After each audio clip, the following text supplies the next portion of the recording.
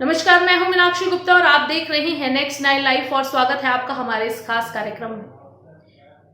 TV के popular anchor Arnab Goswami हाल ही में corona virus से संक्रमित पाए गए थे। कोरोना वायरस से संक्रमित होकर हालांकि अब वो वापसी कर चुके हैं टीवी पर और इसको लेकर उनके फैंस ने उनका जोरदार स्वागत भी किया है। और खुद अर्नब गोस्वामी ने भी कहा है कि अब मैं वापस आ गया हूं। वहीं अशोक पंडित ने भी उनकी वापसी को लेकर कहा है कि लायन इज बैक। इसको लेकर अशोक पंडित को कई लोगों ने ट्रोल भी किया है तो वह कई लोगों ने उन्हें सपोर्ट भी किया है। आपको बता दें कि अर्नब गोस्वामी ने सुशांत सिंह राजपूत मामले में भी बढ़ चढ़कर अपनी आवाज उठाई थी और उन्होंने लगभग 1 महीने तक इस पूरे मामले की कवरेज की थी। अब हाल ही में अर्नब गोस्वामी ने के खिलाफ चार्जशीट दाखिल करी गई है और ये मामला है टीआरपी स्कैम से जुड़ा। तो क्या है ये पूरा मामला, हमारी इस रिपोर्ट में देखिए। फर्जी टीआरपी मामले में रिपब्लिक टीवी के editor in chief Arnab Goswami की मुश्किलें बढ़ती नजर आ रही हैं। मुंबई पुलिस ने अपनी सप्लीमेंट्री चार्जशीट में अर्नब को आरोपी बनाया है। आपको बता दें कि मुंबई पुलिस ने इस मामले में 9 महीने पहले एफआईआर दर्ज की थी। तत्कालीन पुलिस कमिश्नर परमबीर सिंह ने बताया था कि इस स्कैम में अर्नब गोस्वामी भी शामिल हैं। पुलिस ने अर्नब समेत 5 लोगों के नाम चार्जशीट में शामिल किए हैं। अर्नब के अलावा ARG आउटलायर मीडिया के 4 लोगों के नाम हैं। पुलिस द्वारा अदालत में फाइल की गई 1800 पन्नों की चार्जशीट में इसका जिक्र किया गया है। इस मामले में सह आरोपी के तौर पर COO प्रिया मुखर्जी, शिवेंदु मुलेकर, शिवा सुंदरम का नाम भी शामिल है, जिन्हें पहले वांटेड दिखाया गया था। अब तक पुलिस ने 15 लोगों के खिलाफ चार्जशीट दायर की है, जिसमें बार्क के CEO पार्थो दासगुप्ता और रिपब्लिक टीवी CEO विकास खान चंदानी भी शामिल हैं। वहीं आपको बता दें कि अर्नब गोस्वामी काफी दिनों से टीवी डिबेट्स में नजर नहीं आ रहे थे। ऐसे में फिल्म मेकर अशोक पंडित ने एक सोशल मीडिया पोस्ट शेयर किया, जिसमें उन्होंने अर्नब को लेकर एक पोस्ट शेयर किया है।